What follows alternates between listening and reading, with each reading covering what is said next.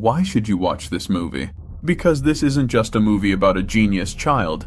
Rather, it's a film that will turn things upside down and make you question who really leads the family or who makes the crucial decisions. And what do you do when you realize that justice doesn't come from the police, but instead comes from a notebook written in a child's handwriting asking his mother to carry out an almost impossible plan within a set time? And what is the threat? And what is the danger? All this and more we'll see in the movie The Book of Henry.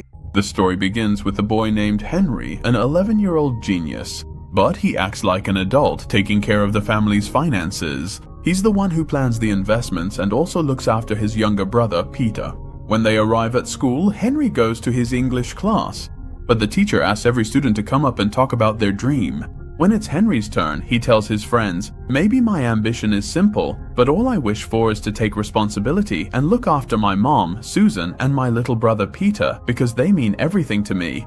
And we learn that Henry isn't just a smart student. He is sensitive and has a strong sense of justice, so he tries to protect the people he loves in any way he can. After class, Peter stands in front of the school and waits for his mother, Susan. Meanwhile, Henry calls the manager of a cosmetics company or buys shares in his mother's name so he can invest her money. But he doesn't tell her about this so she won't spend the profits or gamble them away. And when they get home, Henry starts calculating all the bills and the household expenses for the month. Meanwhile, Susan was playing PlayStation. Or after she finishes, she tells the story of Henry and Peter, and Henry is impressed by the story and tells her to quit her job as a waitress and become a writer so she can write beautiful stories. But Susan ignores what he says and tells him, "I'm going to sleep because I have work in the morning," and before she leaves, she notices a medal on Henry's desk. At that moment, she realizes that he won this medal in the school inventions competition. The next day, we see Susan making breakfast for her children so she can take them to school. And here we see their neighbors, the Greens. He was calling out to Susan, telling her to clean up the leaves from the yard, because the leaves are blowing into our yard. So Susan apologizes to him and tells him, "I'll clean it up when I get back from work." Here, she greets a girl named Christina. She is the daughter of Mr. Green's wife, a teenage girl who is very beautiful. We learn that her mother has passed away. She is Henry's friend at school. Meanwhile, Susan goes to work, and the shop owner asks her how she wants to receive her salary. She replies, "I'll ask my son Henry and get back to you because he's the one in charge of our finances." But the shop owner is surprised because her son is only 11 years old. And yet she takes orders from him. Later, Susan returns home with her friend whose name is Sheila, and they stay up together. Susan starts telling Sheila about her problems after her husband's death, saying, "God compensated me with my son Henry because even though he's a child, he's mature, he knows how to handle things and takes care of everything at home." At night, Henry is sleeping in his room, but he wakes up because of a headache. He takes some medicine and stands by the window, where he sees Christina sitting alone in her room. He then sees her stepfather, Green, taking what he wants from her. The next day, Henry wakes up feeling disturbed by what he saw, so he tells Susan that they need to leave so he won't be late for school. When Susan takes them to the car, she notices Christina sitting alone, so she invites her to join them in the car so she can give her and her son a ride. When they arrive, Henry notices that Christina is quiet and not saying anything, so he gets upset and goes to the principal to tell her what happened with Christina. He asks her to report Green to the police, but the principal tells him that Green is a police officer and they can't do anything to him without solid evidence. So he leaves feeling sad. After school ends, Susan comes and picks up Henry and Peter and they go shopping together. Then we see a man hitting a girl or trying to get involved with them. But Susan stops him and tells him not to interfere in something that doesn't concern him. In another scene, we see them when they return home. Here, he calls Child Protective Services and reports that their neighbor abuses Christina daily, or he asks them to help her because her mental state is troubled. Meanwhile, Henry starts watching Green's house from the window and sees a Child Protective Services officer come and tell Green that someone reported him, but the officer didn't do anything. So here, he reviews the names of those involved with Child Protective Services and discovers that the officer is Green's cousin. That's why he didn't investigate him. So he decided to help Christina himself. He went and bought books about investigations and crimes. Then he went to a weapons shop and wrote down weapon prices in his notebook. It was clear that he intended to kill Green, but suddenly he felt pain in his head, so he went back home to take his medication. At night, Susan wakes up to the sound of Peter screaming, so she goes and finds Henry on the floor, his body trembling, and she takes him to the hospital. When he wakes up, the doctor, whose name is David, asks Henry, "Do you always get these headaches?" So Henry tells him, yes, I've had them constantly for 4 months. Here, Susan is shocked because Henry never told her about this pain in his head. David reviews Henry's scans and discovers that he has an aggressive brain tumor, and he needs to have surgery as soon as possible because he doesn't have much time left. Suddenly, Henry has another seizure and is taken into the operating room. After the surgery, Henry wakes up and the doctor tells him, I tried to remove the tumor, but unfortunately it has spread throughout your brain and you have less than a month left to live. Susan breaks down when she hears this. Here, Henry asks her to leave so he can think about the time he has left in his life. He is shocked by the way he is going to die, so he decides to help his family before he passes away. He wrote notes in his notebook so that Susan could read them after he dies. After that, Susan falls into a state of depression after what she heard. Henry asks Peter to go buy him some ice cream, and when Peter leaves, Henry talks to his mother and asks her for all the household bills so he can organize them again, just like he always does. Susan gets emotional and leaves the room, and when Peter comes back, Henry tells him, you have to take care of our mother. And after I die, give her my notebook, the one with the notes. Here, Peter starts crying and tells him, I don't want you to die. After some time, Henry wakes up with a severe headache.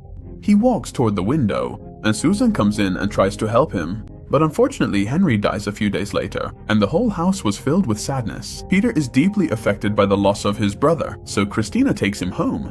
And Susan was completely lost without him, because Henry was the one responsible for the family. He was everything to her.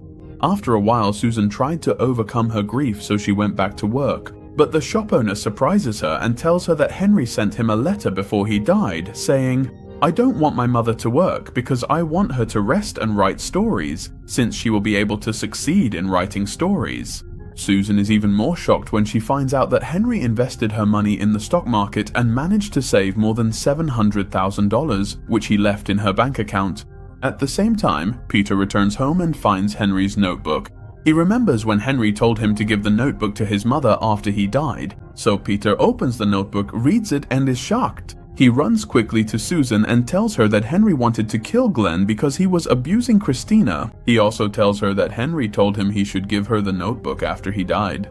So Susan opens the notebook and sees that Henry wrote that Glenn abuses Christina every day, and that he tried to help her but he couldn't. And because Glenn is a police officer and has authority, no one can investigate him. And because of this, I decided to kill him. So Peter tells his mother, we have to do what Henry said, and we have to kill Glenn, because Henry always made the right decisions. But Susan refuses, so she goes to the police station and is surprised to find the officer talking with Glenn. And here she realizes that it's impossible to put him in jail. And she understood that everything Henry said was true when he said that he had influence. So Susan goes back home and opens Henry's notebook, and she finds that Henry wrote, I'm keeping something important in my safe. So Susan goes and opens the safe and finds a tape recorded in Henry's voice, where Henry says that he planned to kill Glenn because that's the only solution. And he says, you have to do everything I ask of you so we can save Christina because she has no one else. And the next day, Susan goes out and listens to a voice recording from Henry, where he says, first, withdraw $10,000 from the bank, then go to the gun shop and buy a sniper rifle. And indeed, Susan follows all the instructions and goes to train on how to use the sniper rifle. And even though at first she is shocked by the plan, but she becomes impressed with Henry's idea, so she starts carrying out each step carefully and attentively. Then she goes to talk to Green and tells him, I need you to keep an eye on Peter in case anything happens to me. So Green lets her into the house and she starts talking to him, but he suggests to her that she should check out an orphanage. And here, Susan changes the subject and tells him, I'm going to take Christina to the competition that's happening at school tomorrow. But I need your signature so Christina can participate in the competition. So Green agrees and signs, and here Susan goes back home and starts trying to imitate his signature.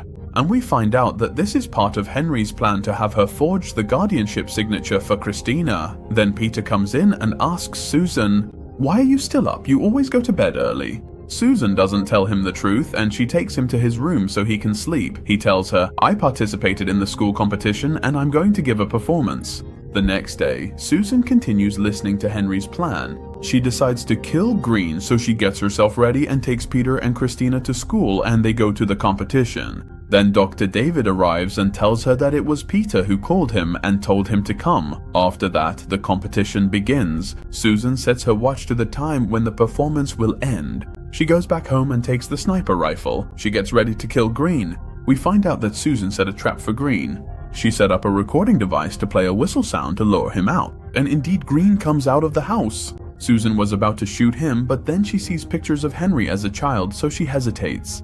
She realizes that what she's about to do is wrong, and that her grief over Henry made her act unconsciously, so she decides not to kill Green. She leaves, intending to go to the competition, but suddenly she sees Green in front of her, and when he sees the sniper rifle, he realizes that she was planning to kill him. And at that moment, Susan confronts him with the truth and tells him, "I know that you abuse Christina on a daily basis," and she says, "I'm going to expose you everywhere." But here, when Green realizes this, he gets scared and goes back home. Susan quickly gets in her car, drives to the bridge, and throws the sniper rifle into the river. At this time, Green calls the prison official and tells him, "I want you not to accept any complaint that comes against me." But the official refuses and tells him, "Government law prevents me from doing that," and adds, "Christina's school principal saw bruises on her body and reported you." So the relevant authorities opened an investigation into the matter. Suddenly, police cars arrive to arrest Green, but Green takes the gun and ends his life immediately.